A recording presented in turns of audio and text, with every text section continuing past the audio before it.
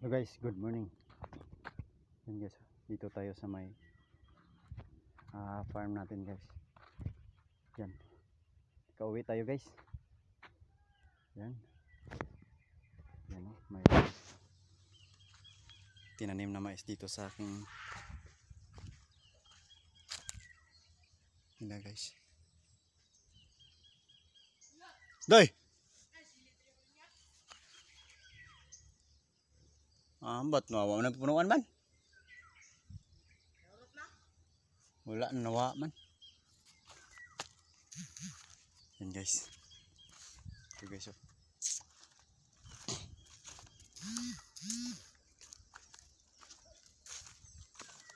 Malalaki na yung mais natin guys. Yan guys oh. 2 weeks na yata ito guys. Yan. Mula ngayong buwan 300 plus days guys para ma-harvest ito. Yan. Ano ngayon? July, August. Mga October. Ayan guys. October guys. October o September. Harvest na ito guys. Yan. Doon pa sa taas guys. Marami ito guys. Ito yung ating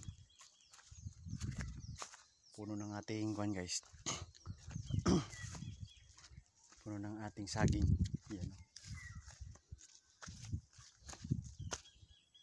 Nasira guys. Dahil sa yung lakas ng init na nakaraang ilang buwan guys. Mula December. Ngayon pa bumalik yung uwan. Yung ulan guys. Ngayon pa yung sumigla yung ating pananim.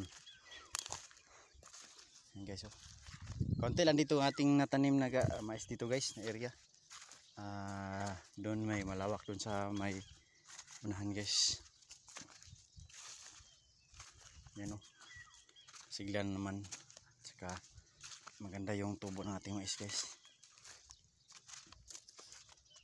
Yan, marami lang damo pero mawala ito pag isprehan ng pangalis ng damo guys, pampatay. Yan.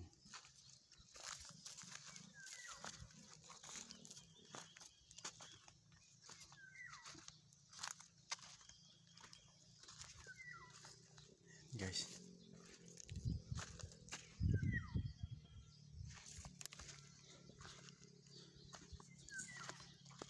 Hey guys, thank you for watching guys. Don't forget to share and like my video. Thank you, bye.